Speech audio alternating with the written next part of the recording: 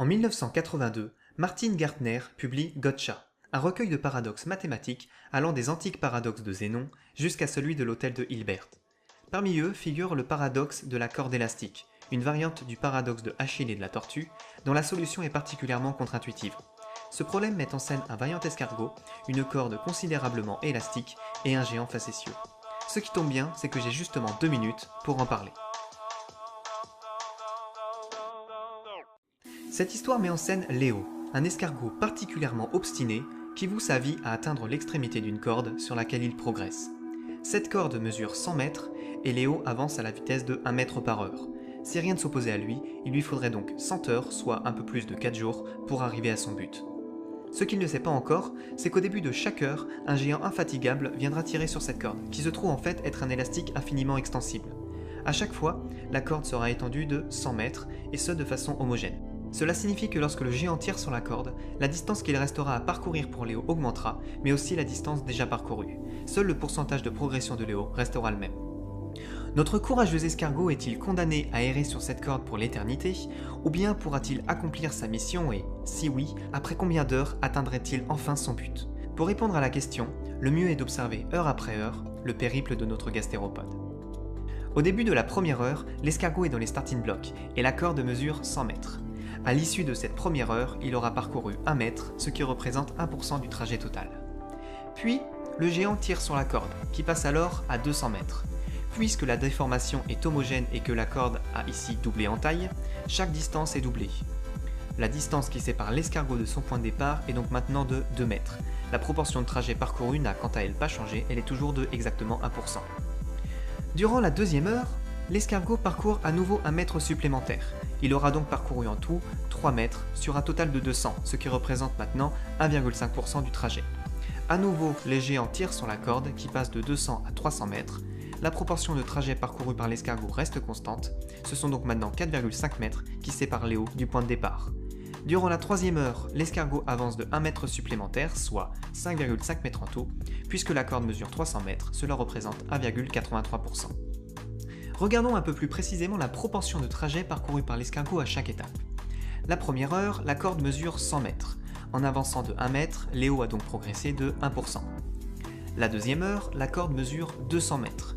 Puisque Léo avance toujours de 1 mètre, il progressera durant cette deuxième heure de 1,5%. La troisième heure, la corde mesure 300 mètres.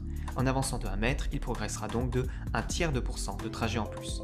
On peut facilement généraliser en remarquant que, à la énième heure, la corde mesure 100 fois n mètres et Léo progressera de 1/n% de trajet supplémentaire. Finalement, après n heures, le pourcentage de corde parcouru par Léo sera de 1 plus 1,5 plus 1/3 plus 1/4 plus etc. plus 1/n de %.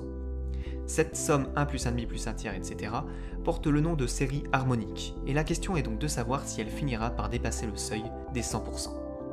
Cette histoire peut rappeler l'un des 8 paradoxes de Zénon que Aristote nous a rapporté, le paradoxe de Achille et de la tortue. Dans cette histoire, Achille, le héros légendaire de la guerre de Troie, cherche à battre à la course une modeste tortue. Cette tortue marche à la vitesse de 5 mètres par seconde, tandis que Achille court à 10 mètres par seconde. Pour lui laisser une chance, Achille lui laissera 5 mètres d'avance. Une demi-seconde après que la course ait démarré, Achille atteint le point de départ de la tortue. Pendant ce même temps, la tortue a également avancé, elle garde donc toujours un peu d'avance. Le temps que Achille atteigne cette nouvelle position de la tortue, elle aura une nouvelle fois avancé. Zénon conclut alors que Achille ne pourra jamais dépasser la tortue, puisque celle-ci maintiendra toujours de l'avance. Pourtant, l'expérience montre que Achille finit bien par dépasser cette tortue. Il y a donc ici un paradoxe. En fait, dans cette histoire, Achille courra, avant de rattraper la tortue, une distance en mètres égale à 5 plus 5,5 plus 5/4 plus 5/8 plus etc. Cette somme possède un nombre infini de termes. La théorie des suites géométriques permet de montrer que cette somme, même si elle semble infinie, est exactement égale au nombre 10. Il faudra donc bien une infinité d'étapes pour rattraper la tortue, mais seulement au bout de 10 mètres. Mais le temps intervient aussi dans cette histoire. Il lui faudra une demi-seconde pour parcourir la première portion, un quart de seconde pour la deuxième portion, un huitième de seconde pour la troisième, etc. Le temps demandé pour rattraper la tortue est donc en secondes égal à 1,5 plus 1/4 plus 1/8, etc., ce qui est exactement égal à 1 seconde. D'un point de vue strictement mathématique, Achille a bien effectué une infinité de mouvements, c'est-à-dire 10 mètres, en un temps qui est fini. Le paradoxe est en fait un paradoxe de physique, puisqu'il semble impossible de diviser à l'infini les distances et les temps. Le paradoxe est lui aussi philosophique, puisqu'il semble inconcevable qu'un processus ayant un nombre infini d'étapes puisse se terminer. En fait, cela prouve surtout que cet outil mathématique n'est pas le meilleur pour représenter cette situation d'une course entre un reptile et un héros mythologique. Ce paradoxe nous apprend cependant quelque chose. Une somme, même si elle possède un nombre infini de termes, peut avoir un résultat parfaitement fini. Dans le cas présent, on avait 1 plus 1 demi plus 1 quart plus 1 huitième, etc. égale à 1. Mais est-ce que c'est le cas pour la série harmonique 1 plus 1 demi plus 1 tiers plus 1 quart plus 1 cinquième, etc. Eh bien en fait, non. Cette somme, qui possède bien un nombre infini de termes, ne peut pas être égale à autre chose qu'à l'infini. En fait, on peut le comprendre en regroupant ensemble certains termes de la somme. Prenons les termes 1 tiers et 1 quart. Ces deux fractions sont toutes les deux supérieures à 1 quart. À L2, elles sont donc plus grandes que 1 demi. Prenons maintenant les 4 termes suivants, 1 cinquième, 1 sixième, 1 septième et 1 huitième. Ces 4 fractions sont toutes supérieures à 1 huitième. À L4, elles sont donc plus grandes que 1 demi. C'est la même chose pour les 8 fractions suivantes, dont la somme est elle aussi plus grande que 1 demi. Finalement, on peut dire que la série harmonique 1 plus 1 demi plus 1 tiers plus 1 quart plus etc. est plus grande que 1 plus 1 demi plus 1 demi plus 1 demi plus 1 demi, qui, si on mène cette somme jusqu'à l'infini, est intuitivement égale à l'infini. La série harmonique est donc finalement supérieure à l'infini, elle est donc égale à l'infini. Revenons à Léo l'escargot. On a vu que, après n heures, son pourcentage de progression sera de 1 plus 1 demi plus 1 tiers plus 1 quart plus etc. plus 1 sur n %. En marchant un nombre infini d'heures, ce pourcentage de progression sera donc infini. Il y a donc forcément un moment où il dépassera le seuil des 100%. Oui, mais quand ? En fait, on peut calculer qu'il faut 4 termes pour que la somme dépasse 2% et qu'il en faut 27 de plus pour dépasser les 4%. Pour que cette somme dépasse 10%, il faudra additionner 12 367 termes. Et finalement, pour que cette somme dépasse le seuil des 100% demandés, eh bien il faudra environ 15 septillions de termes. C'est-à-dire que l'escargot devra avancer pendant 15 millions de milliards de milliards de milliards de milliards d'heures. Ou plus simplement, environ 15 fois 10 puissance 42 heures, c'est-à-dire 15 suivi de 42 autres chiffres. En gros, cela correspond à 120 milliards de milliards de milliards de fois l'âge de l'univers. En fait, quelle que soit la vitesse de l'escargot et quelle que soit la longueur que le géant ajoute à chaque étape, l'escargot finira par atteindre son but, même si ce temps est ridiculement grand. Par exemple, si le géant augmentait à chaque heure la corde de 1 km au lieu de seulement 100 mètres, il faudrait à notre escargot environ 10 puissance 343 heures pour atteindre son but. Certains trouveront probablement à dire qu'un escargot ne peut pas vivre assez longtemps pour atteindre le bout de la corde. Mais dans le monde mathématique où il existe des hôtels avec une infinité de chambres et des troupeaux de bétail grands comme l'univers, certains gastéropodes vivent particulièrement vieux. En fait, s'il y a une chose à retenir de ce problème, c'est qu'il ne faut jamais sous-estimer la persévérance des escargots.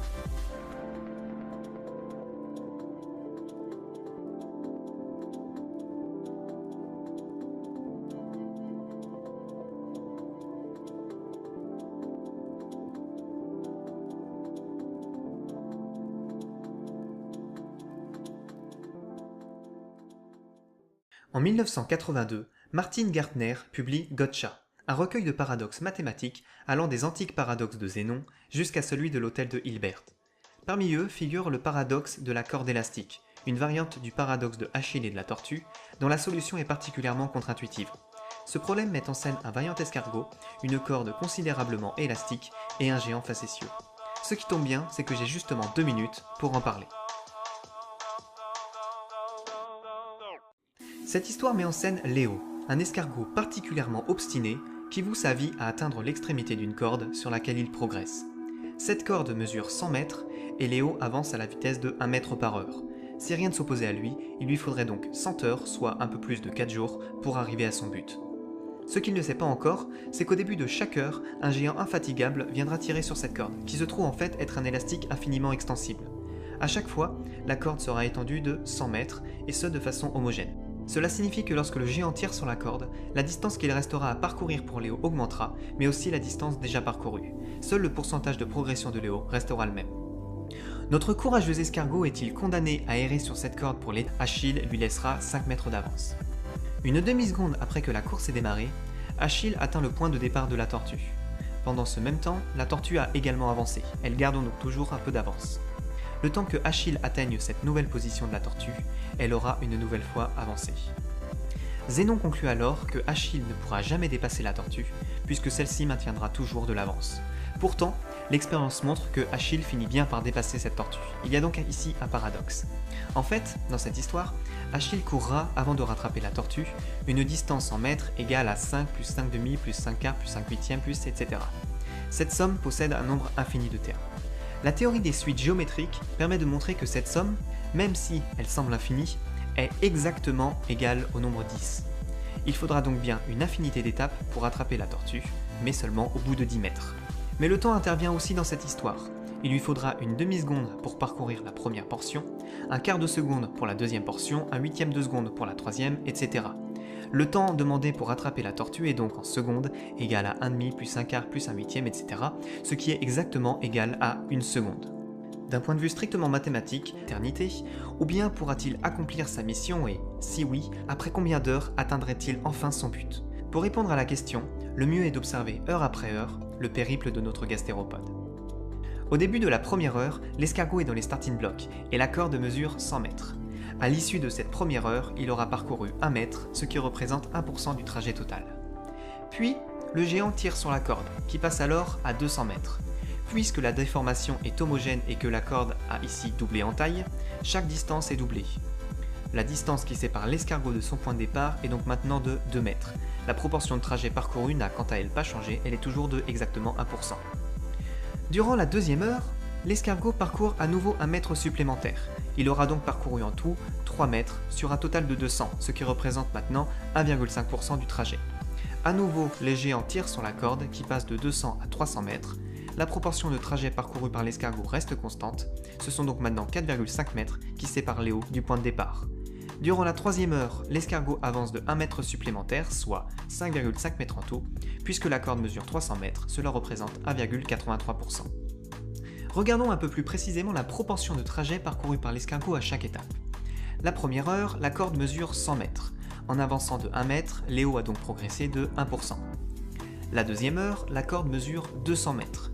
Puisque Léo avance toujours de 1 mètre, il progressera durant cette deuxième heure de 1,5%. La troisième heure, la corde mesure 300 mètres. En avançant de 1 mètre, il progressera donc de 1 tiers de pourcent de trajet en plus.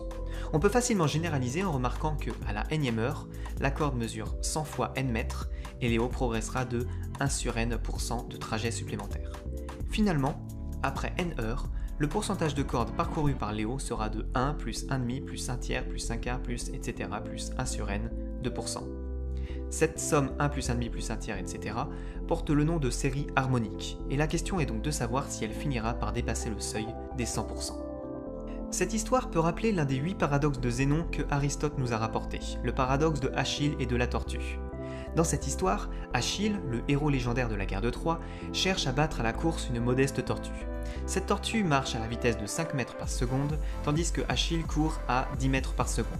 Pour lui laisser une chance, Achille a bien effectué une infinité de mouvements, c'est-à-dire 10 mètres, en un temps qui est fini. Le paradoxe est en fait un paradoxe de physique, puisqu'il semble impossible de diviser à l'infini les distances et les temps. Le paradoxe est lui aussi philosophique, puisqu'il semble inconcevable qu'un processus ayant un nombre infini d'étapes puisse se terminer. En fait, cela prouve surtout que cet outil mathématique n'est pas le meilleur pour représenter cette situation d'une course entre un reptile et un héros mythologique. Ce paradoxe nous apprend cependant quelque chose. Une somme, même si elle possède un nombre infini de termes, peut avoir un résultat parfaitement fini. Dans le cas présent, on avait 1 plus 1,5 plus 1 quart plus 1 huitième, etc. égale à 1. Mais est-ce que c'est le cas pour la série harmonique 1 plus 1,5 plus 1 tiers plus 1 quart plus 1 cinquième, etc. Eh bien en fait, non. Cette somme, qui possède bien un nombre infini de termes, ne peut pas être égale à autre chose qu'à l'infini. En fait, on peut le comprendre en regroupant ensemble certains termes de la somme. Prenons les termes 1 tiers et 1 quart.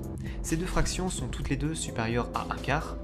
À L2, elles sont donc plus grandes que 1,5. Prenons maintenant les 4 termes suivants, 1 cinquième, 1 sixième, 1 septième et 1 huitième. Ces 4 fractions sont toutes supérieures à 1 huitième. À L4, elles sont donc plus grandes que 1,5.